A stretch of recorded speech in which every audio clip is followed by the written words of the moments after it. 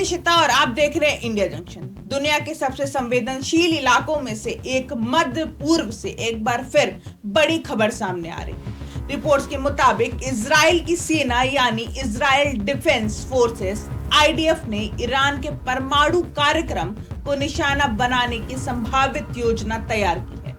कुछ media reports में दावा किया गया है कि अगर स्थिति और बिगड़ती है तो इजराइल लगभग 80 फाइटर जेट्स के साथ एक बड़े एयर ऑपरेशन को अंजाम दे सकता है।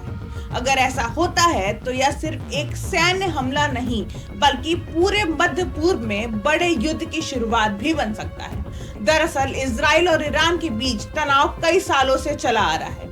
इजराइल लगातार यह आरोप लगाता रहा है कि ईरान गुप्त रूप से परमाणु हथियार बनाने की दिशा में आगे बढ़ रहा है। इजराइल का कहना है कि अगर ईरान परमाणु हथियार हासिल कर लेता है तो यह उसकी राष्ट्रीय सुरक्षा के लिए सबसे बड़ा खतरा होगा। इसी वजह से इजराइल कई बार यह साफ कर चुका है कि वह किसी भी कीमत पर ईरान को परमाणु हथियार बनाने नहीं देगा, चाहे इसके लिए सैन्य कार्रवाई ही क्यों ना करनी पड़े।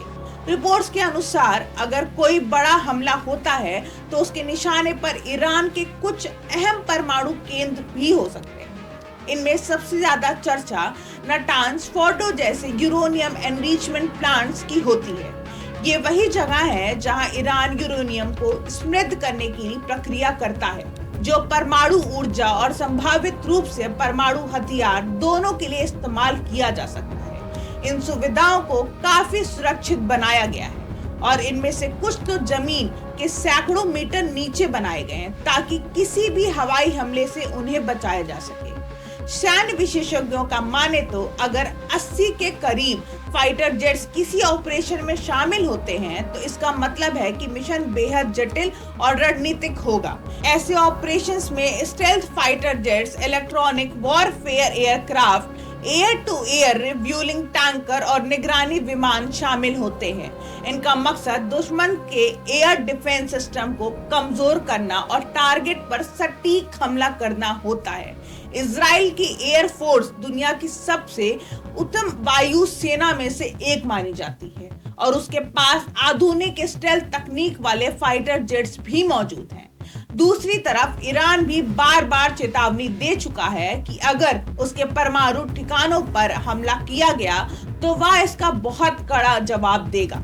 ईरान के पास लंबी दूरी में बैलिस्टिक मिसाइलें और उसके कई सहयोग संगठन पूरे मध्य पूर्व में सक्रिय हैं। इसलिए अगर ऐसा कोई हमला होता है तो यह संघर्ष केवल इजराइल और ईरान तक सीमित नहीं रहेगा बल्कि पूरे क्षेत्र में बड़े सैन्य टकराव का कारण बन सकता है।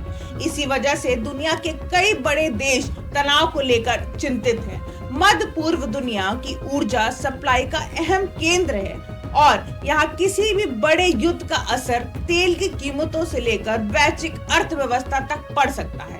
अमेरिका और यूरोपीय देश लगातार कूटनीतिक बातचीत के जरिए हालात को शांत करने की कोशिश कर रहा है। फिलहाल इन खबरों को लेकर अलग अलग दावे सामने आ रहे हैं और स्थिति बेहद संवेदनशील बनी हुई है। लेकिन इतना जरूर कहा जा सकता है कि अगर इजराइल और ईरान के बीच सीधा सैन्य टकराव होता है तो इसका असर सिर्फ मध्य पूर्व ही नहीं बल्कि पूरी दुनिया पर पड़ सकता है। आने वाले समय में यह देखना बेहद अहम होगा क्या यह कूटनीति इस तनाव को कम कर पाएगी या फिर दुनिया एक और बड़े संघर्ष की ओर बढ़ रही है। इंडिया जंक्शन, खबरों का जंक्शन।